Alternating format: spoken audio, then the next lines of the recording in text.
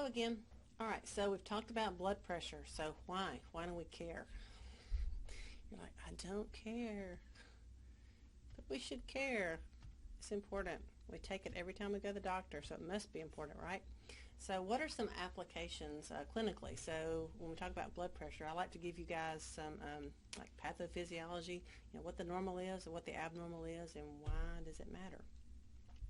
So as we've talked about, it's knowing your circulatory efficiency, knowing how well your heart is beating, how well the blood is flowing, how well your tissues are being perfused. This is really important, and we can monitor that because we've got to have oxygen going out to all of our tissues so that we can make ATP, right? So you guys know that. So what are some ways we can monitor that and know, okay, everything's going okay? Well, we can take vital signs, and so vital signs include your pulse and your blood pressure, your respiratory rate, how fast you're breathing, and your body temperature, okay? And so if you remember, I've told you about pulse is really kind of that bounce as that blood, as the blood is being moved from the ventricle out to the aorta and kind of bounces back onto the semilunar valve, causes kind of an expansion and recoil in the whole system. That's the pulse, okay? So we can feel that in our arteries. Typically, when we're going to take blood pressure, we take our blood pressure, okay, in the brachial artery on the arm. Okay, some people will take it on the wrist. We typically measure our pulse on our radial pulse, which is going to be putting your fingers on top of your wrist. Some people, if depending on maybe if you're have an obese patient, maybe it's hard to find, so you may have to find it somewhere else. A lot of my students have a hard time finding their radial pulse, so I say, well, here, do it this way, and you can feel it here. So the way I know that is I know my pressure points, and this is where the arteries are close to the body's surface, and I can feel them. And so there are different places that you can feel your pulse. You can feel it kind of at the top of your temporal right here, if you just kind of feel there. Like if you have a headache, a pounding headache, sometimes you can feel your heart beating there. If you're racing, running, really exercising, feel like your head's about to explode because you're feeling that. You can feel it in your face. You can feel it in your neck and your carotids. Obviously your brachial artery, you can feel it here. You can feel your radial artery around your wrist. Kind of near your inguinal region, you can feel your femoral artery. You can feel it behind your knee, the popliteal. You can feel it inside your ankle, the posterior tibial artery, and on top of your foot. And these are important because if you're trying to figure out good perfusion rates, you may need to check the pulses on a patient in all of these places to make sure, yes, I can feel a pulse down at the foot. That's a good sign. If I'm not feeling a pulse down at the foot, then maybe the heart is weak. Something's going on, not allowing that blood pressure to be taken all the way down to the foot. You may notice the foot is maybe a blue color. It's not getting what it needs. So being able to palpate and feel these pulses can give you a good indication of how efficiently the blood is flowing to all the areas of the body. All right, so we've talked again about how we measure blood pressure. And we do that using what's called the oscillatory method, okay, and using a sphygmomanometer. And I'm going to include a video that shows you how to take a blood pressure.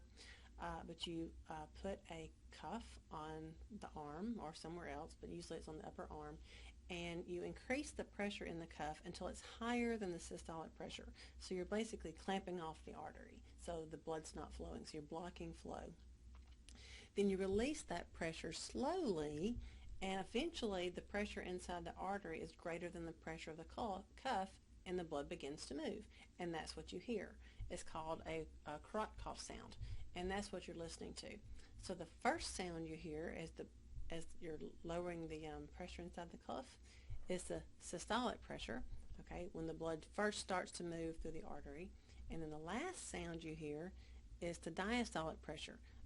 The vessel is no longer constricted and the blood is flowing freely, so you don't hear that pulse. This one's usually the hardest one to hear because you don't realize when that was going to be the last one, so you're going bump, a bump, a bump. Oh, so you have to watch the dial at the same time. So it's not as easy as it may seem. So I'll show you guys a video how you take blood pressure, but it does take some practice to put the blood pressure cuff on, use your stethoscope, listen, and release the pressure all at the same time. So it's a skill, but I have every confidence that you guys will master that during your studies of in your chosen health fields. We've talked about blood pressure. Hypertension is high blood pressure. I think I've already told you it's anything 140 over 90 or higher.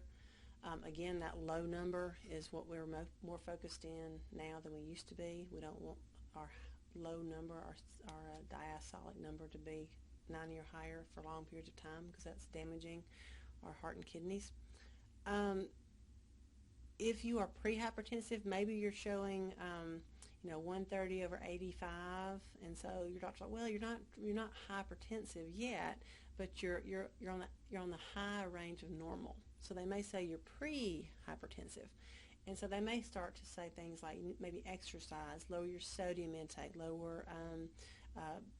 change your diet, lose weight, these kind of things, and see if maybe that blood pressure doesn't come back down to normal. It may be a sign that you're becoming hypertensive, and it may not be too late to make some lifestyle changes to bring it back down. Or maybe it's what we call white coat hypertension, and maybe you were just nervous that day, or maybe you were sick, or maybe you had been running late and ran into the doctor, or maybe you're upset, you've heard some bad news. A lot of people, I know for myself, whenever I've had surgery, when I'm in the pre-op room, my blood pressure, last time I had to have a small surgery, it was not even a big deal, and my blood pressure was 180 over, 180 over 120. And I could feel my head was pounding, but I was just really nervous. As soon as it was over, my blood pressure went back down to 110 over 70. Okay, so that can really play a role. So don't freak out if you have one reading of high blood pressure that you have high blood pressure. It may just be a one-time event.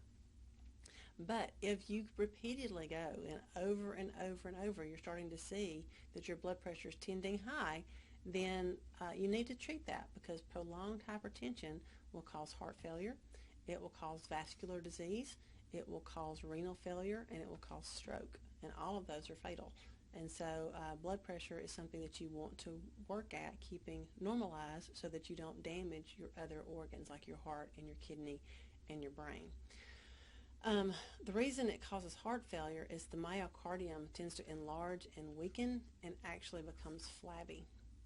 And then you're going to see things like atherosclerosis, where the vessels actually become hard and they don't respond as well to changes in blood pressure.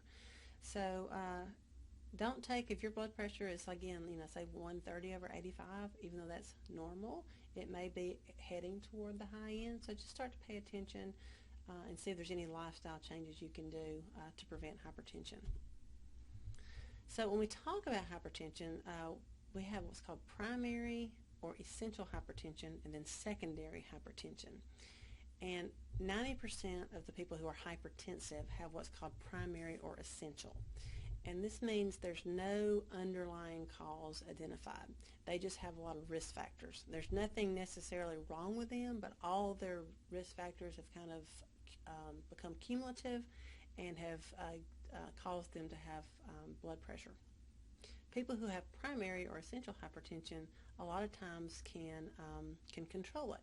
They can't cure it, okay, because whatever's causing it, there's no underlying cause. It's just a cumulative effect of other things kind of going on. But you may do things to start to bring it back under control, but not completely cure it, like change your diet, reduce sodium. If you reduce sodium, you'll reduce water retention, lower blood volume, lower blood pressure.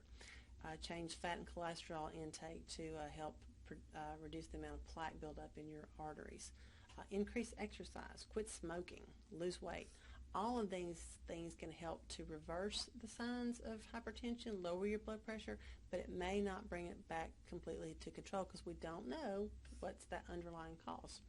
And typically, if you have primary or essential hypertension, they're going to put you on some kind of a antihypertensive drug, maybe an ACE inhibitor, a calcium channel blocker, beta blocker, something like that. If you have secondary hypertension, this is less common. This means there's some identifiable disorder. Some organ system is not working correctly, and that's leading to this hypertension. We know we can identify the problem.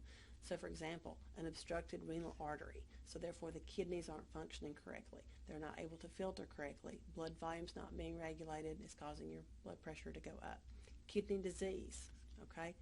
Endocrine disorders. Think about all the hormones that we've talked about that can play a role in blood pressure: aldosterone, ADH, ANP, atrial natriuretic peptide. If any of your endocrine organs are out of whack, that can lead to high blood pressure, specifically hyperthyroidism and Cushing's. And we'll talk about that, or you may have talked about that when you learned about the endocrine system. So when you treat secondary hypertension, you're not so focused on doing things to lower the blood pressure as you are trying to figure out the underlying cause and treating it, so that when you treat the underlying cause, the blood pressure will come down on its own, hopefully. It depends on how severe the problem is. Hypotension, I think I've mentioned that before, is low blood pressure. Anything that's 90 over 60 and below, not usually a big deal, unless it's so low that you're not getting good perfusion of the tissues, okay? So you're not getting that oxygen and nutrients out to the tissues. It's usually people that have low blood pressure, that's usually associated with long life and good cardiovascular health. The only problem is if it's so low that you feel fatigued and tired. And sometimes you'll get hypotension if you have primary hypertension and they overtreat you. And so your blood pressure is so low, you're like, oh, I feel horrible. So hypertension is not a one-size-fits-all. You can't just prescribe the same medication to every hypertensive that walks in, because they have an underlying cause. You don't know what the underlying cause is.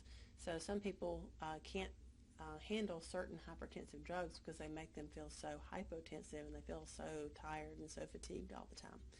So don't be surprised if you may go through 3 or 4 or 5 different hypertension drugs before you feel okay. Some different types of hypotension. There's orthostatic, and that's just temporary. That's when you sit up too fast and the blood kind of drops from your from your head too fast, and you kind of get that woozy feeling. Real common in people who are tall and thin, but I'm sure you've experienced that, where you've just gotten up too fast and felt woozy. Chronic hypotension is usually a sign of either poor nutrition, but it's a warning sign for an endocrine disorder called Addison's disease, and also hypothyroidism.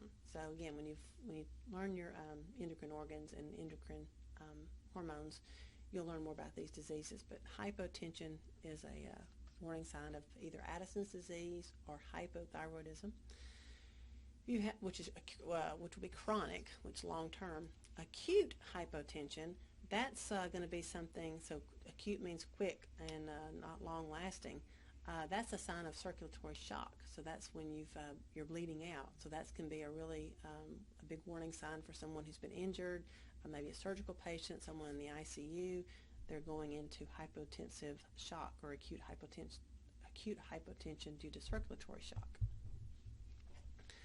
All right, so what are some organs that you really want to make sure get a lot of blood? Well, the brain. Okay, it's the primary organ of the body. You have to have your brain to be considered alive. And so it has to have a lot of blood flow. And so blood flow in the brain has to remain constant, needs to remain very stable, usually between about 750 mLs a minute. And it's very intolerant. The neurons are very intolerant to changes in blood flow. Ischemia can cause neurons to quit functioning rather quickly. So that's why when someone quits breathing, 5 to 10 minutes can lead to brain damage, because those neurons need a constant source of blood to get oxygen to make ATP. They're very greedy cells. They like to have lots of oxygen. So if you have a large blood pressure change, okay, so anything that's just a sudden drop in blood pressure, like something below 60, you can faint, which is called syncope. And this is just funny. It says, to his dismay, Vern's entire surgical team passes out at the sight of blood. That's just funny. All right, if your blood pressure goes too high, so let's say 160, it can cause cerebral edema, which is swelling of the brain, which can cause brain damage and loss of function. So this is just a picture that shows swelling on the brain. You can just see that the gyri are flattened and the sulci are narrowed because of the swelling. So large fluctuations in blood pressure can cause brain issues. All right, so circulatory shock. This is any time that your blood vessels are inadequately filled, okay? So, and because they're not filled, then blood circulation won't occur normally. So think about your vessels. They need to be full of blood. So what can happen that can cause your vessels to not have enough blood in them? Well, several different things. All right, because if you don't have enough blood, you can't get enough blood out to the tissues to meet their needs. So you can have what's called hypovolemic shock. Well, that's just blood loss. Hypovolemic, you're losing volume. So you've been stabbed with a knife, you're losing blood. So large-scale blood loss will lead to shock. Okay, vascular shock. This is extreme vasodilation or decreased peripheral resistance. This is when something causes all your vessels to vasodilate, and so now where you had the small vessels filled with blood, they become bigger and the bottom just drops out. That's called vascular shock. And then you can have what's called cardiogenic shock, and this is when the heart is not efficient enough. It's too weak and it cannot sustain adequate circulation. So those are the three ways that you can go into shock. So I just wanted to kind of talk about why it's important to understand hypovolemic shock, because I know a lot of you people are thinking about, a lot of you are EMTs and paramedics and you want to work in the ER and things like that. So what happens if someone comes in with a stab wound? So what all systems are going to be involved with that, and what are we going to try to do to maintain blood pressure? All right. So what we have here is our stimulus. Okay, so we have a large stab wound, so we have a lot of bleeding, and so that bleeding is going to lead to inadequate tissue perfusion, which is going to result in not enough oxygen, not enough nutrients going to the cells. Okay, that's going to cause your cells, if they don't have enough oxygen, they're going to try to still make ATP, right? Well, but they can't make it with oxygen, so they're doing it anaerobically. You're like, oh man, we're going back to cellular respiration again. Whew. So if you're starting to do anaerobic ATP formation, okay, you're going to start making lactic acid. All right, well, this is going to lower your pH. Okay, so we have a decrease in pH. All right, we're going to have decrease in volume overall, so that's going to cause your baroreceptors to respond. So your pH is going to cause your chemoreceptors to respond. And as this fluid, because the fluid is leaving your body, so your interstitial fluid is going to try to move fluid from the interstitial fluid into the blood vessels to try to keep that blood volume up and your blood pressure up. All right, so some tissues are going to start to dehydrate. All right, so that's going to have the hypothalamus involved. All right, so the hypothalamus is going to be activated by falling blood pressure, the baroreceptors by falling blood volume and pressure, and the chemoreceptors by changes in blood pH. All right, and in the brain, those neurons, because that pH is falling, they're going to be depressed. So all of these things are going on. So now what's the next level? All right, from the brain standpoint, depressed neurons because of the low pH. That's going to have an effect on the central nervous system. All right, you're going to be restless and then possibly coma. So restlessness is an early sign and coma is a late sign. So as those neurons become depressed, it's almost like a fight or flight response, but you just get real fidgety. Okay, but then if it goes long term and you don't get your volume back up and you don't stop the shock, then you'll wind up in coma. All right, so what happens if your hypothalamus is activated by falling blood pressure? Well, we're dehydrated, so what do you think what's going to happen? You're going to get thirsty, okay? So you're going to try to drink your way into increasing your blood pressure, all right? So these are all the things that our body's trying to do to overcome this shock, all right? Again, our hypothalamus can cause the release of antidiuretic hormone to go to the kidneys to retain water. So we're going to decrease urine, again, as a way to try to maintain that blood pressure, get it back up. Those baroreceptors, okay, and the chemoreceptors, all right? So the chemoreceptors, this is a major effect. It's going to cause those respiratory centers to be activated. And you don't really know this yet because we haven't done acid base, but you can change the rate of breathing to help regulate your blood pH, okay? So if you increase the rate and depth of your breathing, you can raise your pH, okay, because you're blowing off CO2. If you remember, I said CO2 accumulates in your body as an acid, so if you breathe it off faster, that will cause your pH to become more basic. Right. The chemoreceptors can also activate those cardio acceleratory centers. Those baroreceptors will also activate those cardio acceleratory centers. That's going to cause the sympathetic nervous system to be turned on. All right, that's going to increase your heart rate. That's going to cause tachycardia or fast heart rate, trying to increase that blood pressure.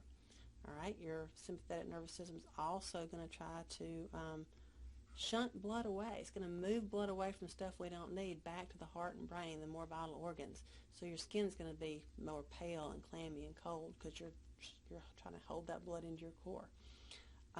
You're going to decrease renal blood flow. We don't need to be making a lot of urine right now. We need to hold on to that fluid. We're going to release renin. We're going to get the formation of angiotensin II. That's going to cause aldosterone to be released. Aldosterone is going to cause us to reabsorb sodium, holding on to water, increasing blood volume, increasing blood pressure. All right. Aldosterone can also, which will cause the decreased urine output. So all of these things are going to be trying to occur in order to try to maintain that blood pressure. Okay. If you don't get the bleeding stopped, if the blood volume continues to drop, then eventually the blood pressure will not be able to be maintained, and it's going to continue to drop and drop and drop.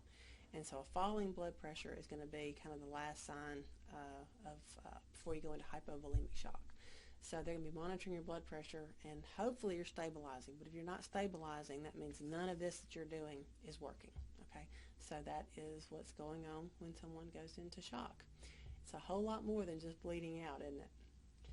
All right, so I think that is it. It is. All right, so I will see you in another video. Thanks again.